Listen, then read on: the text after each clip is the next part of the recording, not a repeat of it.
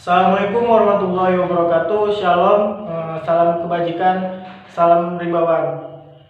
Izinkan saya memperkenalkan diri. Nama saya adalah Muhammad Randi Mulia, NIM 21730, kelas SATI C. Di sini saya akan memperkenalkan alat-alat yang membantu dalam kehutanan. Saya akan menjelaskan alatnya. Yang pertama adalah kompas. Ini adalah contoh gambar kompas.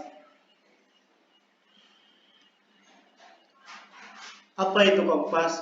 Kompas adalah alat navigasi untuk menetapkan arah mata angin. Prinsip kerjanya berupa panah penunjuk magnetis yang memberikan rujuk arah tertentu yang melaraskan dengan medan magnet bumi secara akurat. Fungsi utama kompas adalah untuk menentukan atau mengetahui arah besaran derajat suatu arah. Juga dapat untuk mengetahui lokasi suatu medan berdasarkan peta. Kompas ini menjadikan salah satu scouting skill, yaitu adalah teknik kepramukaan yang diperlukan di kepramukaan. Sejarah kompas. Kompas ini merupakan brand gadget sport yang berdiri pada tahun 1988 oleh almarhum K.R. Setiadi di bawah naungan PT Kompas Mas. Lalu pada tahun 1998 didirikan sepatu kompas oleh anaknya, yaitu Bapak Ir Kahar Gunawan MM.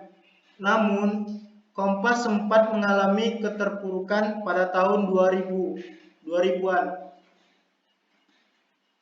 Kelebihan dan kekurangan. Saya akan menjelaskan tentang yang pertama adalah kelebihan. Kelebihannya itu yang pertama adalah keringanannya sehingga mudah untuk dibawa dan digunakan selain harganya yang cukup murah. Yang kedua adalah memiliki pengait untuk memudahkan dalam mendatarkan kompas. Yang kedua, saya akan menjelaskan tentang kekurangannya. Yang pertama adalah satu, piringan kompas mudah sekali bergerak sehingga mempersulit kita dalam perhitungan besar sudut kompas. 2. Skala pada kompas, tiap strip mewakili 2 skala. Validitas pengukuran besar sudut kompas kurang, terutama untuk pengukuran sudut kompas dengan angka ganjil pengukuran berdasarkan pemikiran saja. Jenis-jenis kompas.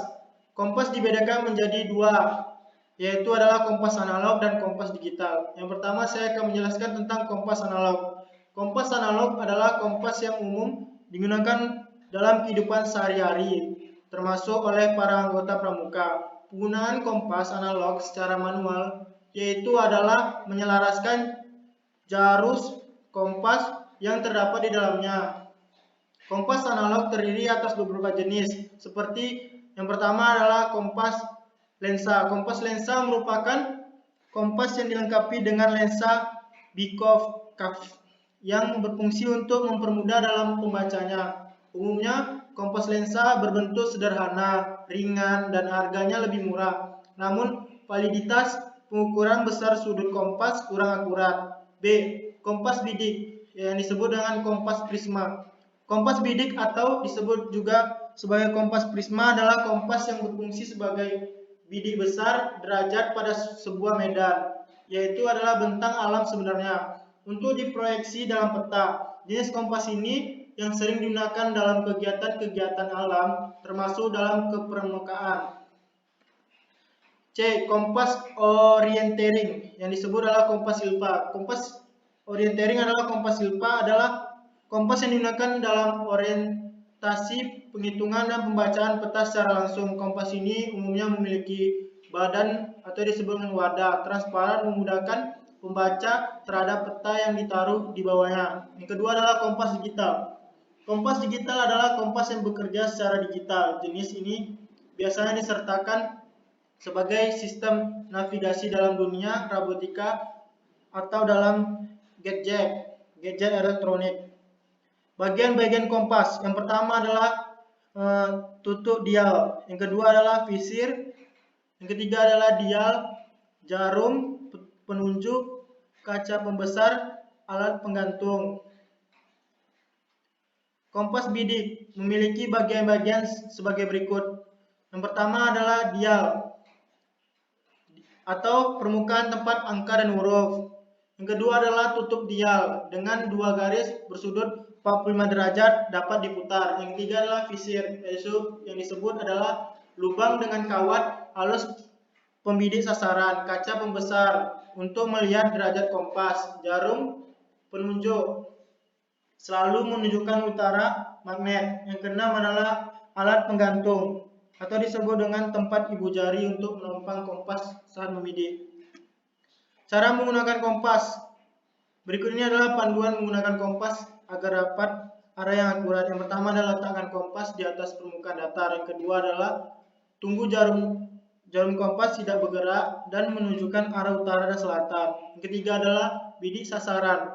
Bidik sasaran dengan menggunakan visir melalui celah pada kaca pembesar. Setelah itu, miringkan kaca pembesar sekitar 50 derajat dengan kaca dial. Yang keempat adalah apabila penglihatan visir diragukan karena kurang jelas terlihat dari kaca pembesar, luruskan garis pada tutup dial ke arah visir, searah dengan sasaran bidik agar mudah terlihat melalui kaca pembesar. Yang kelima adalah apabila sasaran bidik 30 derajat, maka dibidiklah ke arah 30 derajat sebelum menunjukkan sasaran. Tetaplah dahulu titik sasaran sepanjang jalur 30 derajat. 6. Sebelum bergerak menuju sasaran bidik, tetaplah pula sasaran bidik back azimuth atau back reading agar kita dapat kembali ke tempat semula apabila tersesat. Arah mata angin. Sekian dari video saya atau dalam menjelaskan saya. Mohon maaf kalau kata-kata saya kurang jelas atau kurang bagus. Semoga apa yang saya jelaskan semoga bermanfaat bagi teman-teman dan Bapak. Sekian, terima kasih. Assalamualaikum warahmatullahi wabarakatuh.